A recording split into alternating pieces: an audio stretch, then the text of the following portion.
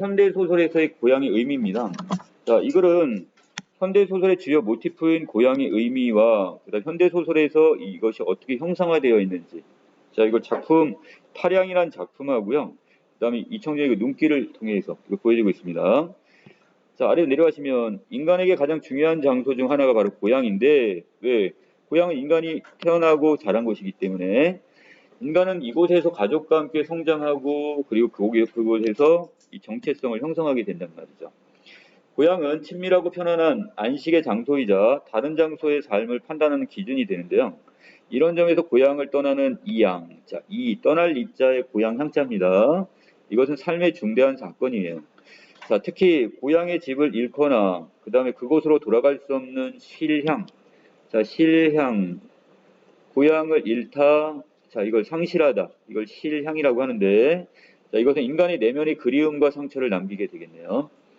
자, 현대소설은 빈곤, 가난함과 경제적 파산 등 개인적 사건뿐만 아니라 자, 스탈이나 전쟁, 산업화 등 역사적 사건으로 인해 고향을 떠나 낯선 타지에 정착해 있던 사람들의 삶을 그리며 자, 고향의 의미를 탐색하려 했습니다.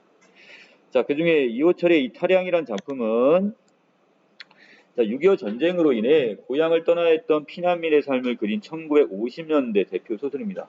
자, 전쟁 직후에 쓰인 전후 소설이라 보시면 될 것 같고요.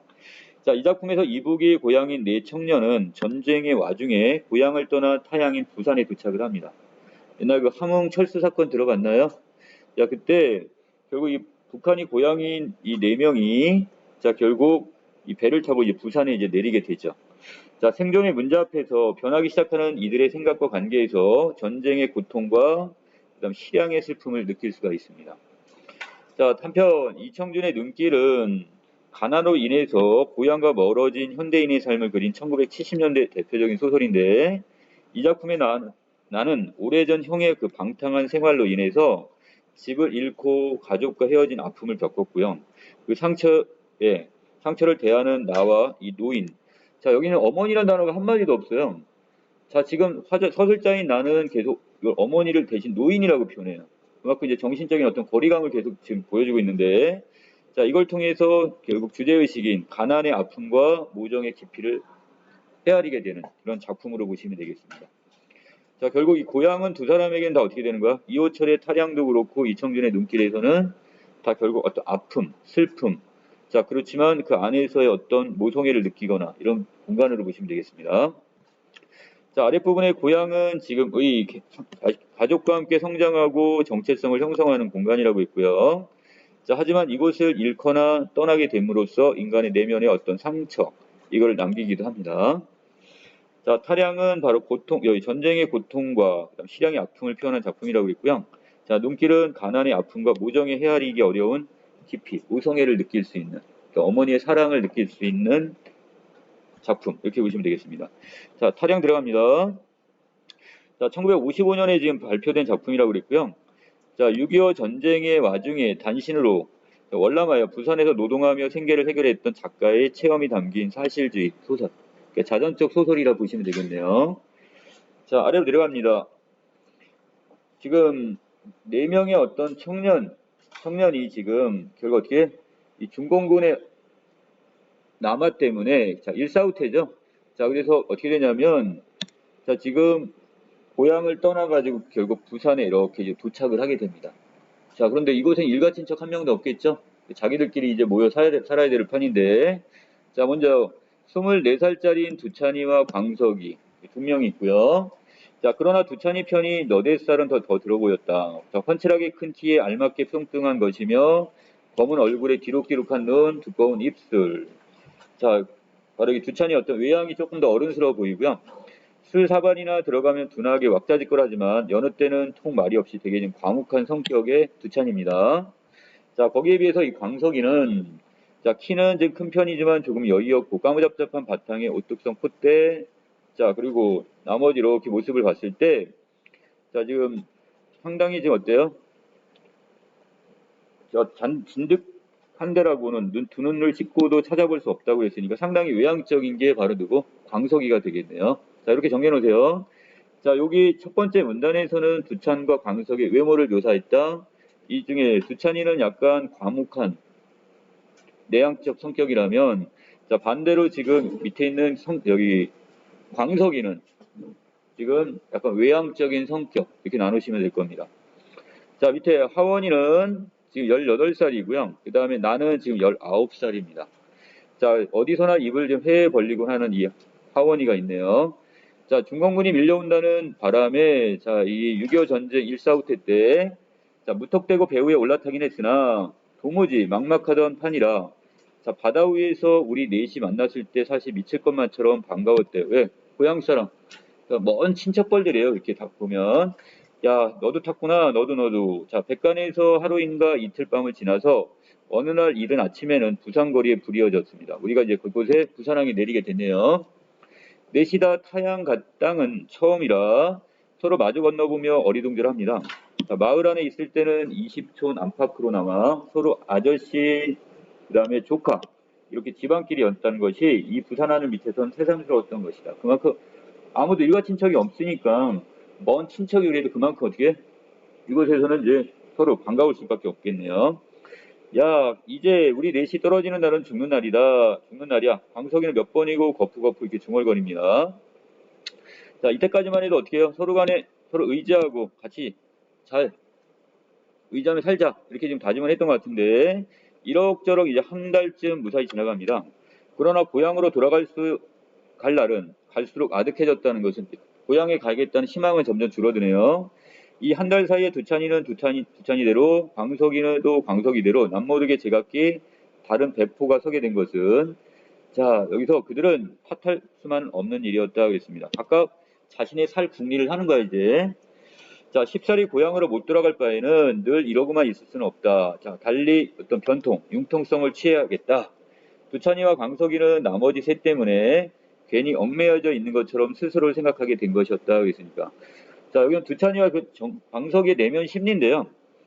자, 두찬이하고 광석이는 서로 간에 마음속에는 다른 생각을 해요. 자, 두찬이는 두찬이 나름대로 광석이를 포함한 3명, 얘들하고 지금 따로 자기 혼자만이라도 살 길을 지금 모색해야 된다고 생각하고, 또 광석이는 광석이 나름대로 또 이 두찬이와 그 나머지 애들과는 별도로 자기가 살 궁리를 합니다. 자, 자연히 우리 사이에는 점점 대면되면, 자, 친밀감이 점점 사라지네요. 이제 뭔가 서먹서먹한 사이가 되고 흘끔흘끔 서로의 눈치를 살피게 됩니다. 자, 시간이 한 달밖에 안 됐는데 벌써 많이 달라졌죠? 야, 우리는 절대 떨어져서는 안 돼. 자, 이랬던 사이가 한 달 만에 지금 서로 간에 이제 서먹서먹한 사이가 됐고 자기의 살 궁리를 합니다. 광석이는 애당초가 조금 주책이 없다고 할까? 자, 주변이 있다고나 할까? 저 덤벙.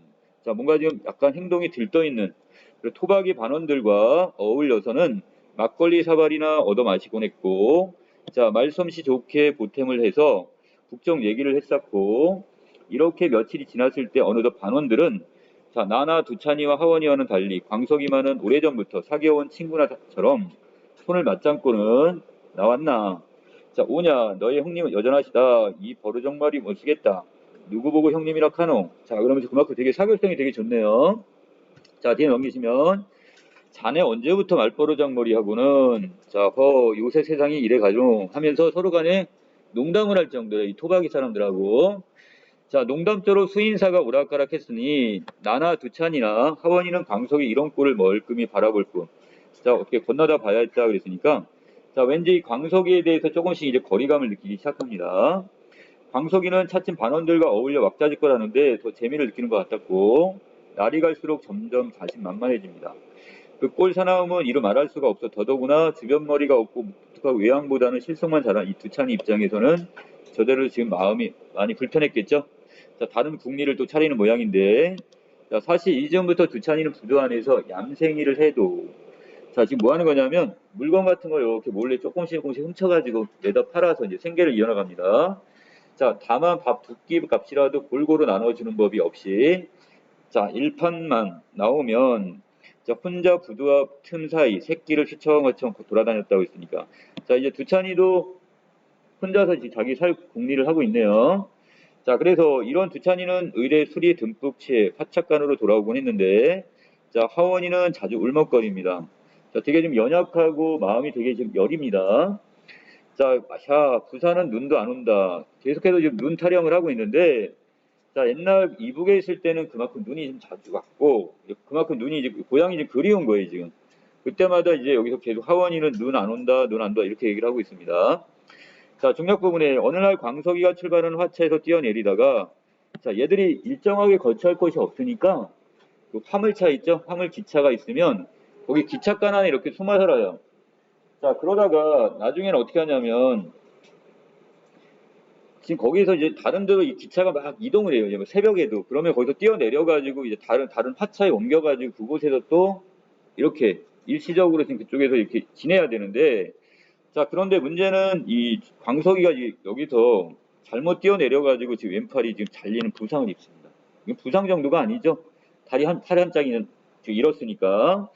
자, 그래서 두 차는 그런데 내버려 두고 가자며 가버립니다. 제가 지금 몰인정한 부분이 보이네요. 나와 하원은 광서를 데려왔지만 광서 이튿날 결국 죽고 맙니다. 자, 도망간 두찬이가 돌아왔으나 관계는 더욱 서먹해지겠죠. 그리고 두찬이 입장에는 어떻게 해요? 자, 같은 고향 친구를 지금 자기가 죽인 거나 마찬가지. 이거를 외면했으니까. 자, 그것에 대해 죄책감이 되게 시달립니다. 자, 아랫부분에요. 이렇게 정신이 말똥말똥해. 왜 넌 아무 말도 안 해? 띠디래. 차라리 날 때려라. 때려 잡든지, 칼침을 주든지, 나를 칼로 찌르든지 하지 않고. 그러면서 이제 무슨 얼굴로, 낯짝으로 동네를 가잔 말인가? 자, 광석이에 대한 어떤 외면감이 이렇게 자책감으로 왔습니다. 외면했던 그 마음이. 자, 광석아 하면서 이제 울고 있어요, 지금. 두찬이가 이제 후에 어떤 눈물을 흘리는 거죠. 두찬이는 벌렁 자빠져서 화찬이 쩌렁쩌렁하도록 그냥 어이어이 울어댑니다. 이튿날 아침 두찬이는 결국 떠나버리고 말았네요. 자, 그 다음에 부도 일판에 나가고 없었고요. 자, 사흘쯤 지난 뒤 어두운 화채간 속에 하원이는 짓거립니다. 야, 이제 우리가 꼽대가리 작구해서 돈 좀 지자. 자, 무슨 얘기예요, 지금? 자, 지금 일을 어떻게든 돈을 벌어가지고 어딘가 정착을 하고 싶은 거야, 지금 하원이는. 자, 그래서 나한테 지금 제안을 합니다. 우리 일을 지금보다 곱빼기로 지금 더 열심히 해가지고 돈 많이 벌자 이거야. 그리고 저기 영주동 산꼭대기에다가 집 하나를 지금 짓자고 얘기를 해요. 거기 집 제일 일 없으니까 너라야. 그러면서 그곳은 좀 싸니까 그곳에다 이렇게 하나 집을 질 생각을 하고요.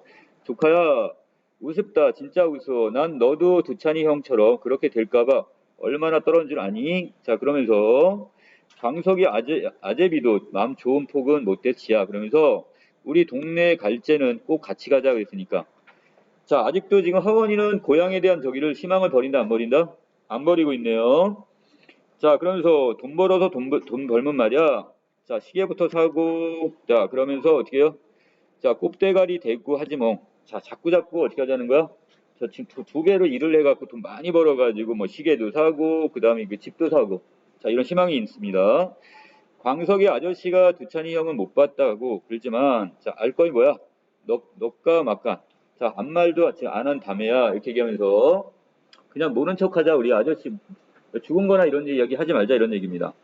자, 그러면서 뒷부분에 지금 어떻게 같이 술이나 좀 마시자고 좀 이야기를 하는데 나는 그저 중얼거리고 있었습니다. 자, 바람도 없이 내리는 눈송이요. 자, 눈송이요. 이렇게 했는데 자, 무엇인가 못 견디게 그리운 것처럼 자꾸 고향에 대한 그리움이 애탑니다.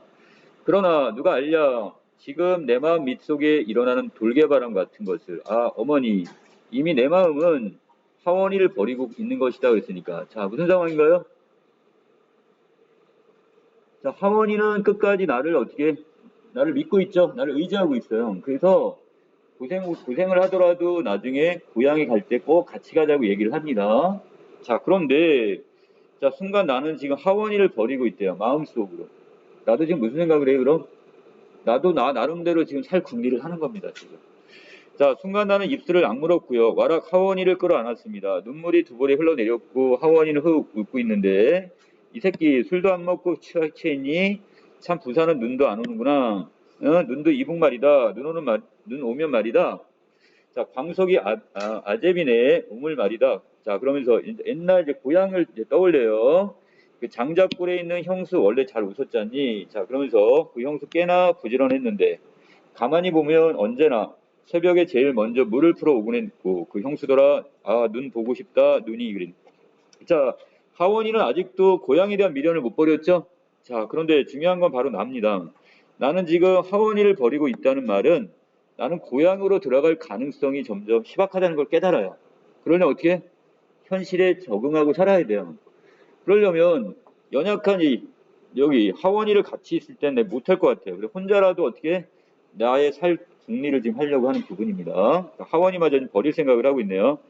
자, 타령입니다. 이야기 속 인물인 내가 고향을 떠나 타향에서 생존하였던 경험을 들려주며 그에 대한 생각과 감정을 드러낸 1인칭 주인공 시점. 자, 간결한 문체를 쓰고 있고 그 다음에 대화의 방언들이 상당히 많이 사용됐습니다.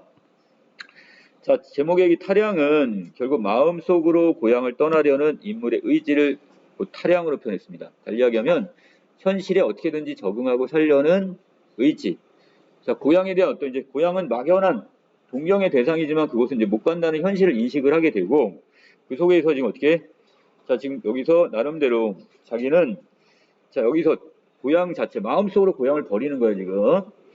자, 밑에 두찬이는 무뚝뚝하고 그다음에 소극적인 태도, 광석이는 사교성이 있고 적극적 태도라면 나는 유보적인 태도이고요. 자, 하지만 맨 마지막 부분에서 현실을 냉정하게 인식을 하고 그다음에 이 상황에서 고향에 대해서 어떻게 자, 감상적 그림에서 이제 벗어나고자 하는 게 소설의 맨 마지막 부분입니다. 하지만 하원이는 아직도 고향에 대한 그리움과 미련을 버리지 못하고 있습니다. 자, 오늘 여기까지만 정리를 해드릴게요.